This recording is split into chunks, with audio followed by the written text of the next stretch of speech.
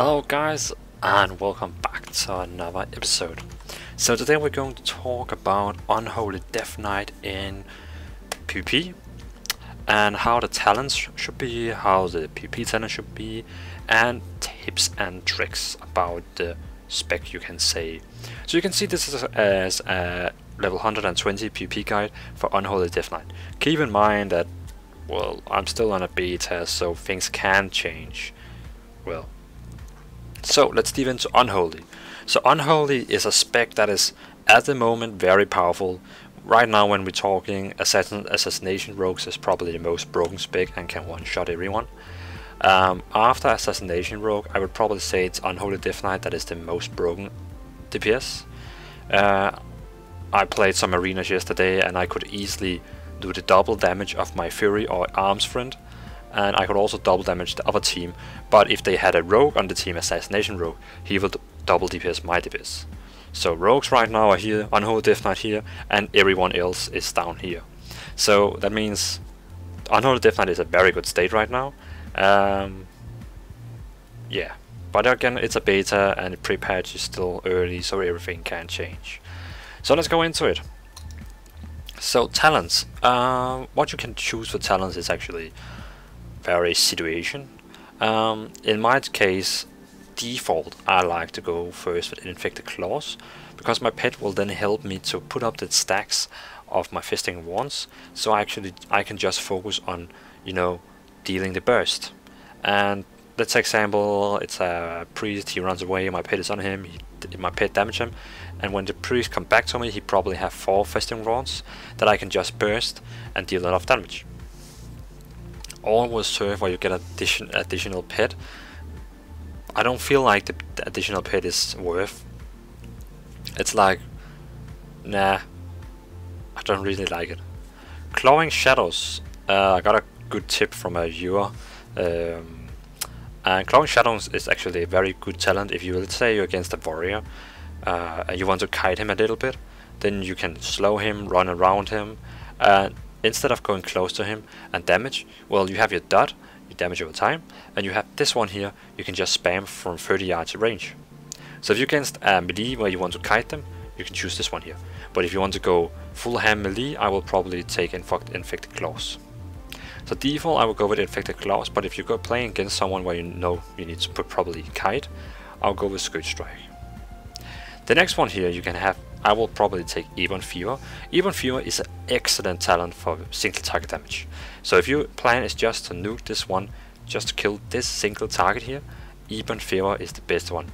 But if you want to kill, let's say, 3 or 4 persons in the same time, you know, AoE damage, Bursting Swords is probably the best one then, because, well, first of all, Fisting Wands will deal 25% more damage when burst, and I mean, that's cool. But all enemies in 8 yards will also suffer from damage. So that means if you're playing against, let's say, a warrior and a Death Knight, or warrior and a demon hunter, and you know they will all the time be close to you and hug you, then this one here is excellent, because, well, it will kind of attack them both. But then you can also say Ebon Fever also is actually a AoE spell. So when you use it, everyone around you will get the dot on. So it's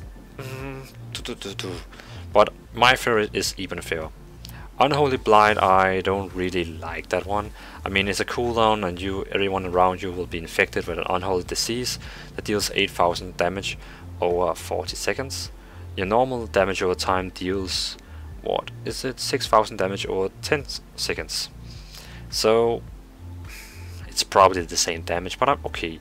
I mean, with your normal dot and an Unholy Blight, it's probably a cool damage both. I mean, then you will have 2 damage over time on the target. But I like Ebon Fever, it's more, you know, passive, and it's the whole fight you're strong. So yeah. So my recommendation here is Infected Claws, Ebon Fever. The next one here, I will not even talk about these two. I would say no matter what, you have to choose this one here. You want that free stun. You always want that stun. If you can play duels 1 versus 1, this stun here is saving your life so much. This one here increased the range of Death Grip, I mean, who cares really.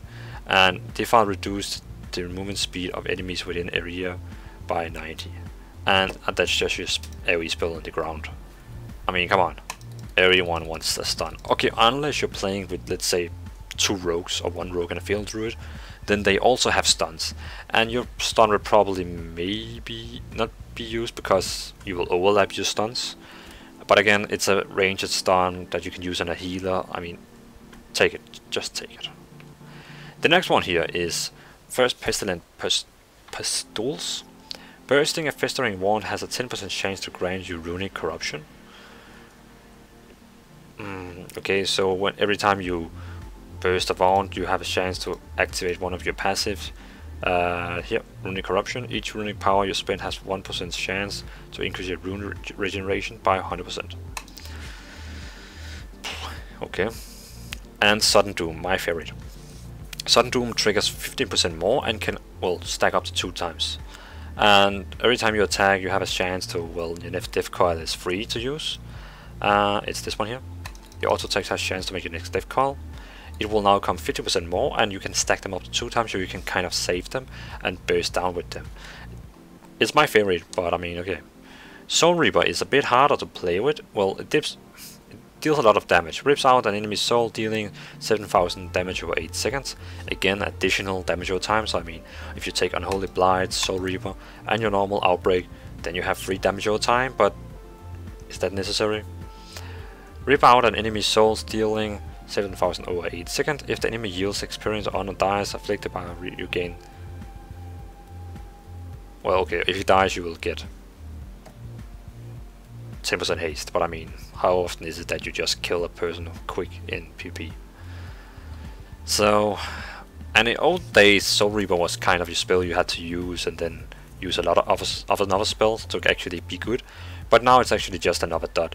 So I mean, you have Unholy Blight, you have Soul Reaper, both have 45 seconds cooldown, both give an additional damage over time.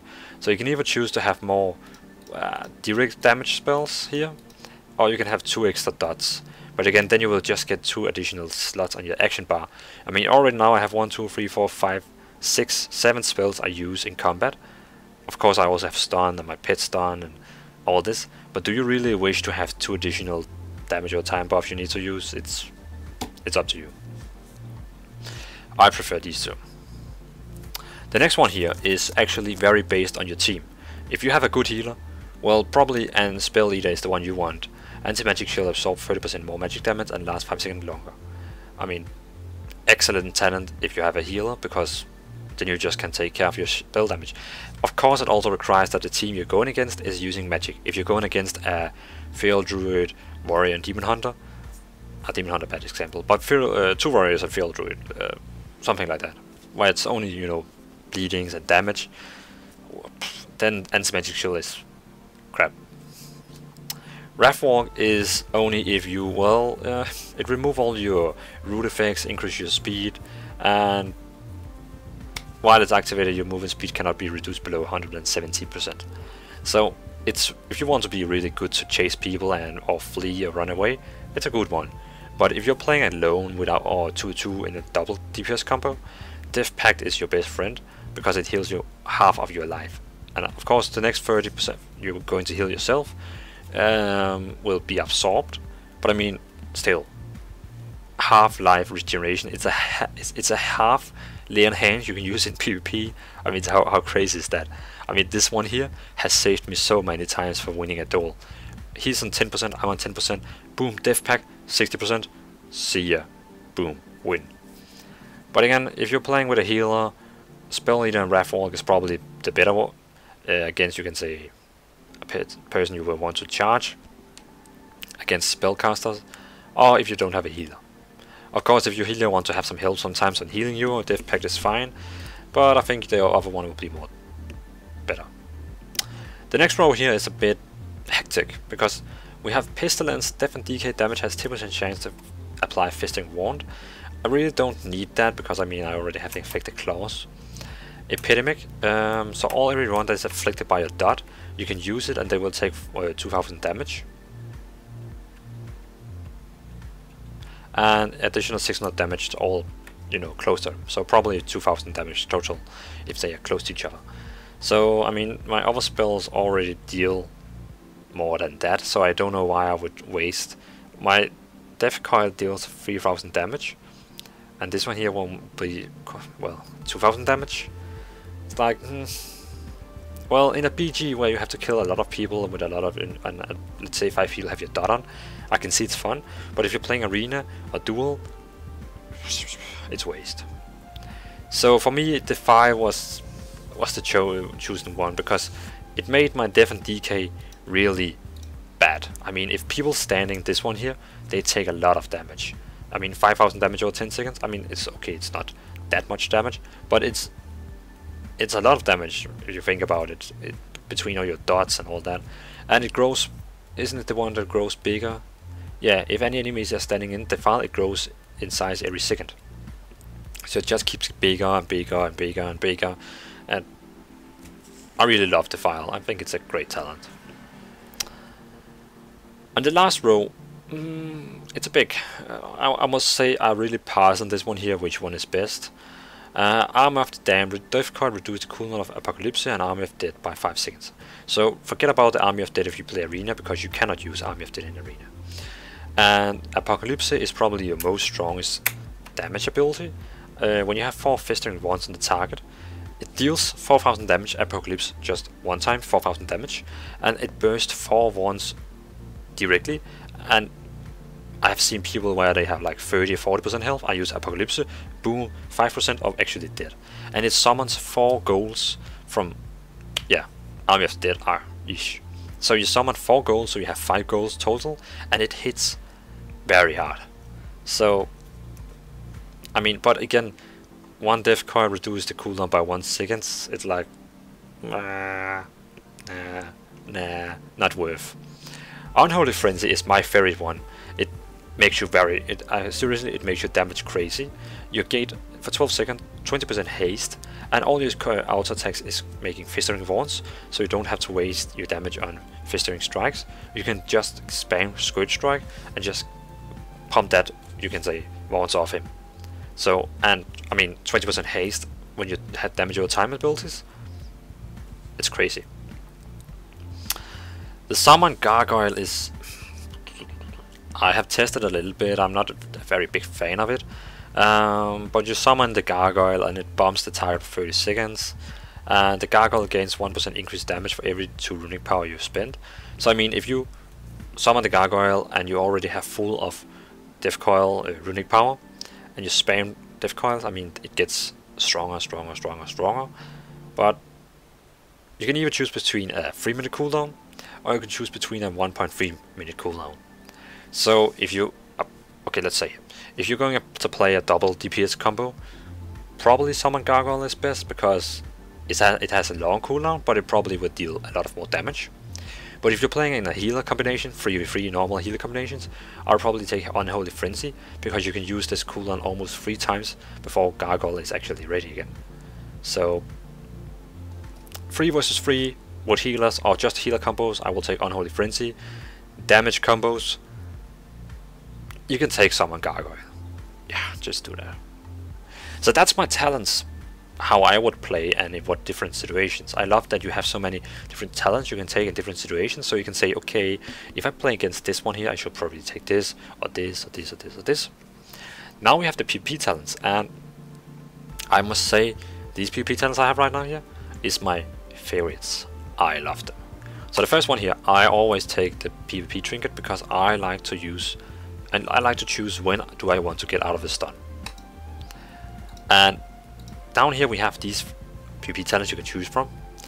And the first one I always take is Wandering Plague. So Outbreak also infects the target with Wandering Plague, causing 11,000 shadow damage over 8 seconds. When Wandering Plague's duration ends or dispelled, it jumps to a nearby enemy within 30 yards afflicted by one of your disease, and it can jump to enemies 3 times. So one thing is, you cast Outbreak that will deal 7,000 damage over 10 seconds, but you also will get this one here, Wandering Plague, that deals 11,000 damage over 8 seconds. And when it's done, it jumps to another target if they also have your disease on. I mean, you cannot give me one reason to not choose this talent, because this talent here is insane. It's so insane. Pandemic. When you use Outbreak, all enemies within 15 yards. if 25 yards afflicted by disease take 1000 shadow damage, and the duration of your disease on them are refreshed. So, well, Outbreak, well, this one here just makes your Outbreak even more strong. So normally it deals 800 shadow damage, surrounds the target, and infects maybe enemies with Dvalin Plague. But this one here instead also refreshes the Plague all the time, and it deals it deals damage. I mean, again, you have your normal Virulent Plague that deal damage, you have the Wandering Plague that deal damage, and now when Pandemic, well, when your Outbreak is on for 6 seconds, it deals damage. Now you have 3 spells that deal damage at the same time. Boom, boom, boom, boom. It's insane. You can probably kill, well, I have tried BGs and arenas where I put on my my Outbreak on them and just hide behind pillars, and the warriors just, you know, I'm just hiding behind the pillars and my pit is on him, and my dot is so strong that just by hiding I can get him almost down to 70% of his health. It's insane. I mean, I'm the new warlock. The last one here is probably also one of my favorites. Virulent Plague now erupts for 400 normal eruption damage when dispelled or expired. So when it's the last time it ticks, or if someone dispel it. So instead of, you know, what can then be, maybe 1000 damage each second it deal damage, and this one here will then have 400% more. So it's kind of like if I go to someone and use a Festering Strike or a Apocalypse. So it's pretty cool, and if a priest keeps dispelling it on him, he's just killing himself. And also, targets struck by this eruption have their movement speed reduced by 50. So I'm not even doing anything, I'm just waiting for the dot is going off, and boom, he's slowed. If he dispels, he will be slowed. I mean, with this talent here, and even favor that makes it even more strong, you're the new Affliction Warlock. It's insane. So this spec here is definitely my favorite one, because the only thing you have to do is cast Outbreak on your enemies, and they will die. So this is my Outbreak build, you can say. But by this we of course also have other PvP talents we can choose. We also have Crypt Fever, enemies healed while afflicted by Festering Wounds have chance to take 1000 damage. Nah. Dark Simulation is also great if you want to, if you're against a healer and he heals himself and you use Dark Simulation on him, you can also heal yourself because you will get the spell he used. Anti-Magic Zone if you want to be more defensive. You also have these 3 auras. So aura that gives, so people have 20% more cooldown on spells, increases magic damage by 8, and they will lose 3% of their maximum health, stack up to 5 times. But these auras only works if you're close to them. So of course you could also take 3 auras, and every time people is near to you, they will have a lot of debuffs on them. But nah, it could be fun to try this build, but nah. Necrotic Strike is actually also a very powerful spell. I could probably replace it with Pandemic. It deals 1000 damage, and the next 15,000 healing the healer will do it to himself will be absorbed. 15,000 healing, I mean, you have the heals have 139k, so it's a little portion of the health. But again, if your team is ganking this healer, this one here can really help you, because you can spam it. It only costs 1 rune, and instead of using Scourge Strike, you can use Necrotic Strike. So with this one here, you can probably make the healer doesn't heal at all. So if you're playing against a healer, I would probably replace Necrotic Strike with Pandemic, or maybe Unholy Mutation, because Pandemic is actually pretty cool.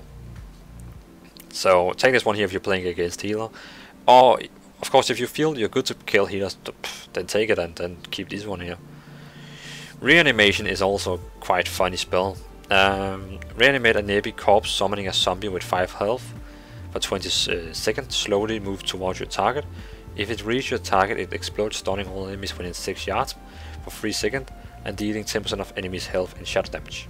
10% of enemies' health is a lot.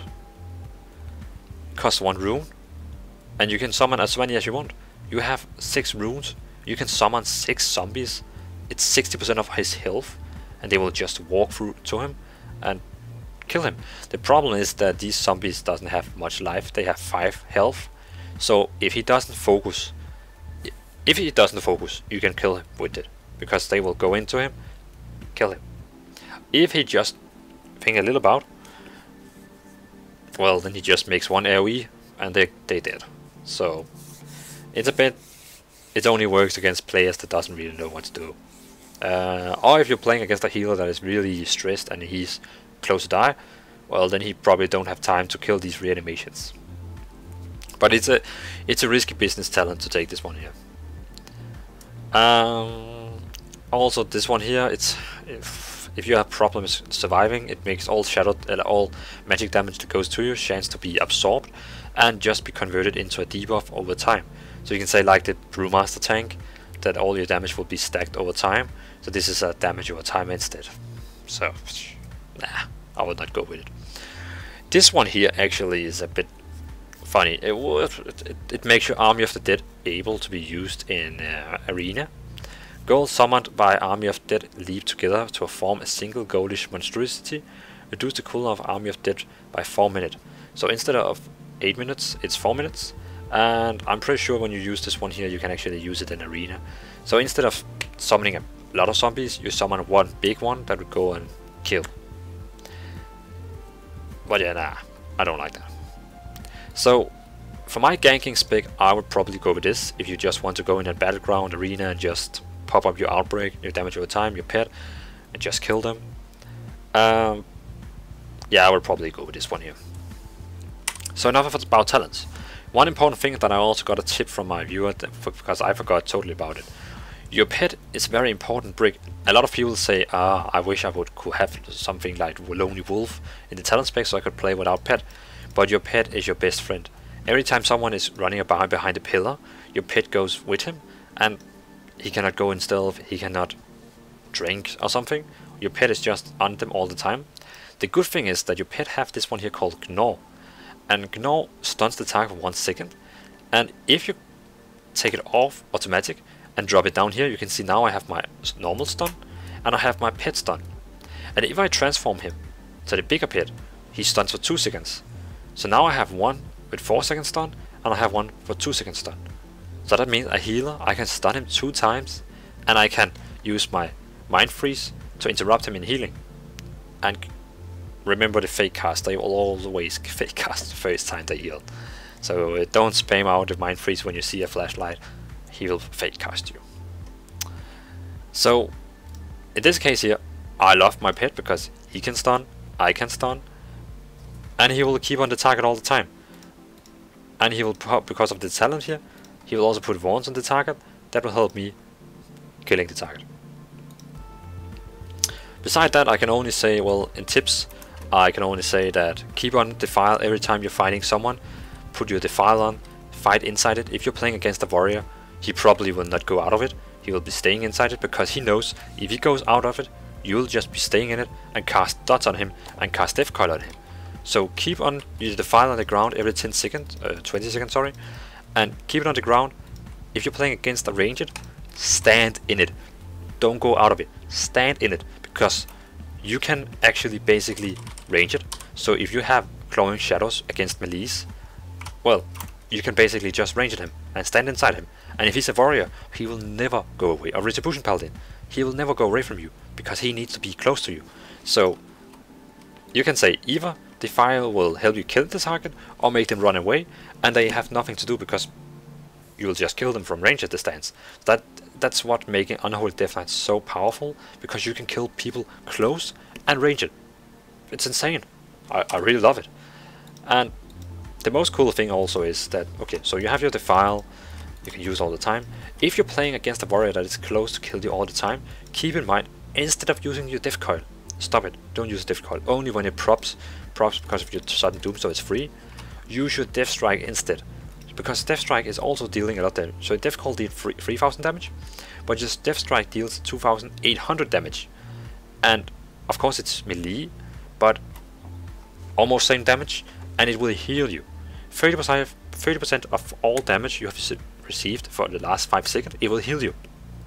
So if you're playing against a warrior and your life is very close to be like him, you're close to die, both of you, spam Death Strike. Don't stop spamming discard, just spam Death Strike. Kills him and you will be healed. What's not to like? So when against a warrior, stun him, put on Defile, begin your dots, kill him. Kill. And remember, your best friend ever, Icebound Fortitude. Granting immunity to stun. Against a warrior or rogue, this is so nice. Because you're gonna be stunned. So if someone stuns you, you just pop this one up and boom. No stun for you anymore. I don't think really I have other tips for Unholy Death Knight. Keep in mind you also have your Chains of Ice, so every time someone is running away from you, spam Chain of Ice, because then they will not go anywhere. So, yeah. So if you're thinking about playing Unholy Death Knight, I will 100% recommend it. If you want to kill people very easily, then I can only recommend the Unholy Death Knight. It's a very nice talent. I enjoy it really much, and I'm going to main Death Knight in Battle for Azeroth. So I will play Blood Death Knight in tanking, in PvE, and in PvP I will play Unholy. And sometime I will also play Blood in Raging Battlegrounds, but at the moment I know people want on Demon Hunter tanks, so it's going to be a struggle to get that, but I mean, else I will just go Unholy. So, thanks you guys for watching. If you have any questions about Unholy Death Knight, leave down a comment in the comment section. And if you like this video and is thinking about this was helpful, well, leave down a like. I appreciate it. Keep in mind that I'm doing a giveaway right now. So if you want the World of Warcraft Battle for Azeroth, go to my giveaway movie and you can win it. The only thing you have to do is subscribe and comment. Done. I have subscribed. Something. I'm awesome. Something. So if you want to give away, else I can just say comment down in the comments if you have any comments about this video, any questions or so on. I will try to answer on everything. So thanks you guys for watching, have a nice day, and see you.